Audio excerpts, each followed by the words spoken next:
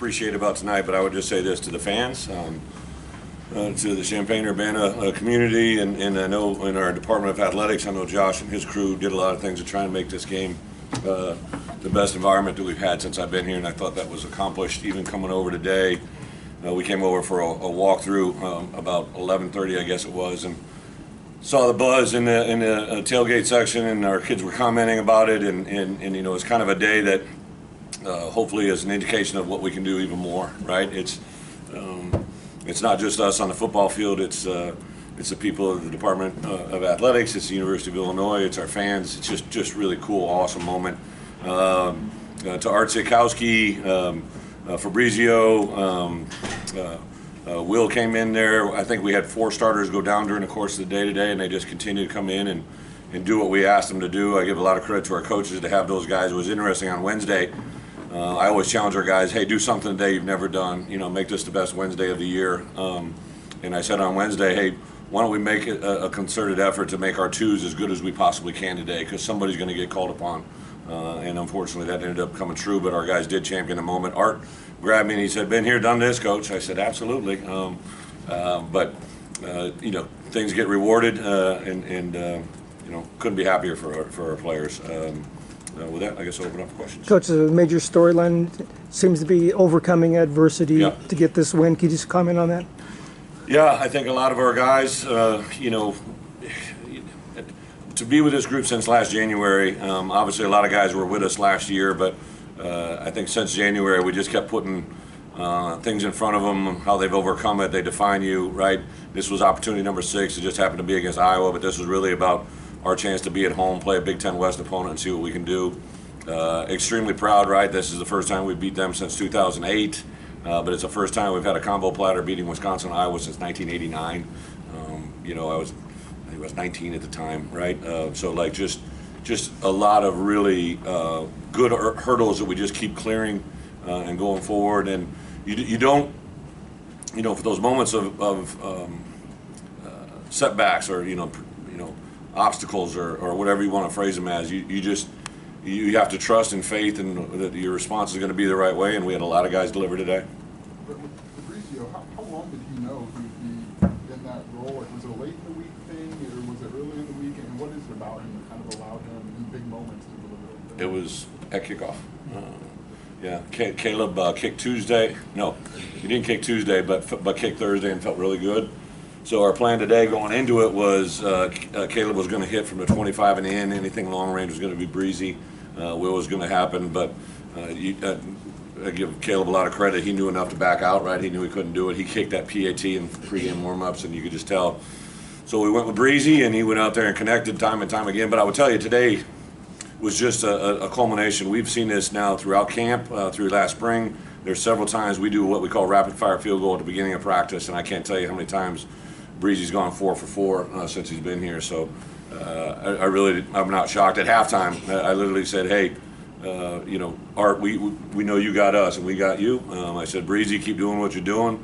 Isaiah was still, you know, up and running at that time. I knew he had gone through a tough first half. We kind of withstood their hardest moment, right? Like I told our guys, even though it's a home game, this is a good team we're playing that knows how to win football games. They're going to have their moment, and we got to survive it. And I think it was that punt turnover and then the turnover in the low red for them to only get 6 points or 3 points right there was just. We have the best fire department in the history of the United States, right? Our defense just continues to come out, put out fires left and right, and don't bat an eye. Bret, what are you worried about your team in kind of a grisly, you know, back and forth game where you got to probably manage it a different way, but like, what are you worried about your team when they continue to do this in Penn State, Minnesota? You know, I told Josh, right, when we were interviewing, right, like you're getting the best version of me, all right, that I've ever had, and this week I made a very specific point. Hey, don't get frustrated when you look up at that scoreboard. Offensively, they're a good defense. Don't get frustrated when we have 4 and outs. You can only control the moment. It's hard enough to beat their 11. Don't make it 12 by playing for them and getting frustrated. And that was literally one of the last things I showed last night was the start of the third quarter in 3 games that they played this year where it was like 3-3, 6-3, 9-3. I'm like, and then I look up at the scoreboard and it's 6-6. I'm like, man, I hate it when I'm somewhat right, you know. And I think because they had been preached to all week, they weren't really shocked by that moment. And it's just a fun group to be around, man. Like I can't tell you how much I enjoy being around these players and coaches, and it shows. They play for each other. There's a lot of tears, a lot of emotion out there, and we get to buckle up, Buttercup, and do it again this week. What do you have to say about Chase Brown, his 7th consecutive 100 yards? I mean, he just keeps establishing the run game every game. He just grinded it out today, right? Like I was shocked when I looked at the stat sheet just coming in here and saw the number of. I did, you know. I know we talked specifically at halftime. Our plan is working. I know it's a score that we don't want to see. You want more results, more points, but I knew Chase would kind of grind it out and wear them down and make a couple big plays, and it's exactly how it played out. Coach, Matthew Bailey is one of the last recruits you added to this recruiting class. When you offered him that scholarship, is this the kind of impact you expected from the true freshman? So Matt was a very unique recruiting process. I remember watching his film the first time. I absolutely loved him, and I think it's a great thing for us to learn as coaches. He came in and ran for us like right in the middle of a track season where he ran like 4 track meets in a 10-day window.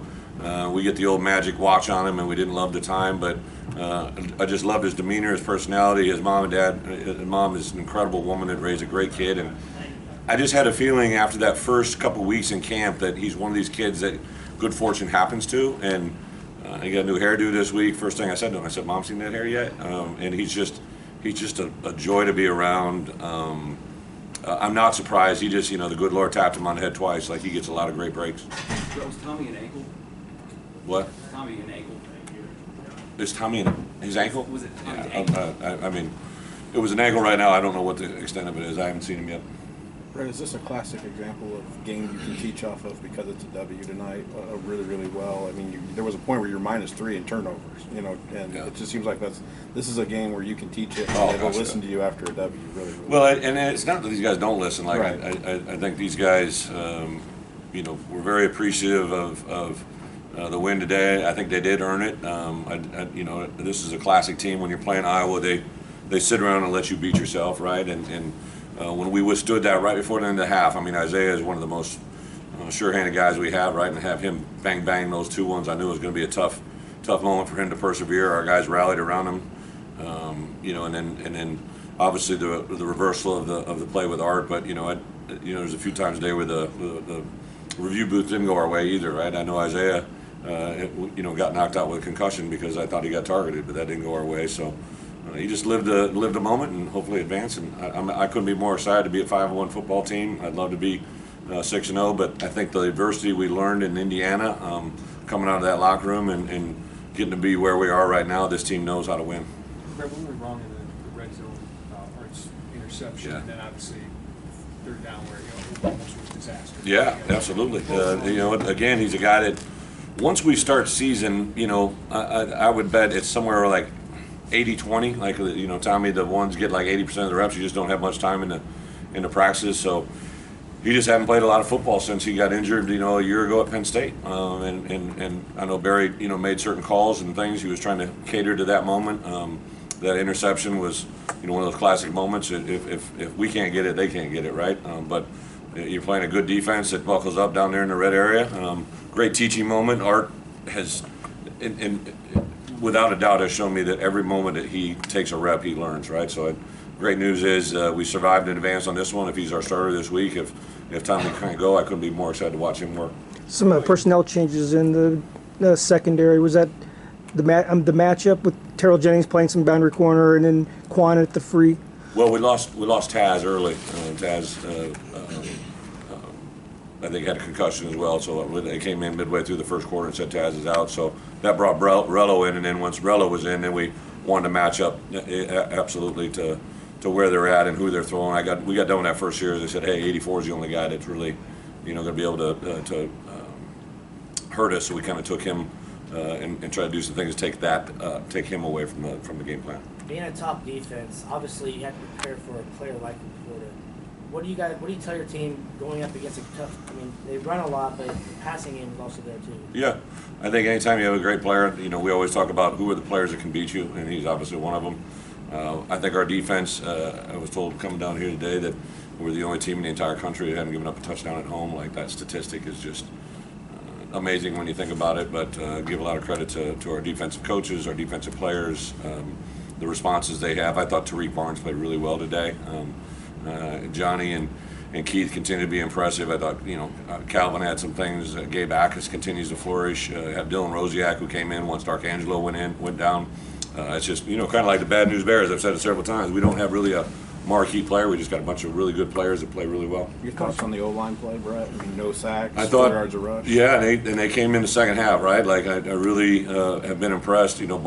Bart is really a coach who, in my opinion, gets better as the game goes on. He does a great job of reading and understanding what they do up front. We started doing some different things in the block game, and some of those runs started hitting when we changed up our calls and our techniques on some of those blocks. So a tremendous credit to our offensive line and Bart in particular, but Barry obviously spearheads that whole thing. You kept talking about your rematch tour, and the last couple games have been teams that beat you Yeah. last year. Coming up against a team you beat last year, That's right. they probably fell So under you're the quick. way. You're quick. Thank you. Been doing this well. So this is will be our 4th rematch game, but this will be the first rematch game that we won, right? So Minnesota is a very good football team. Hard fought game last year, but no point tackle or first down from last year's game carries into this week's game. So I think the big thing for us this week is to get healthy and see exactly where we're at. I think Minnesota, from what I've seen on them film, just a little bit. Obviously, the run game, they're playing really good on defense.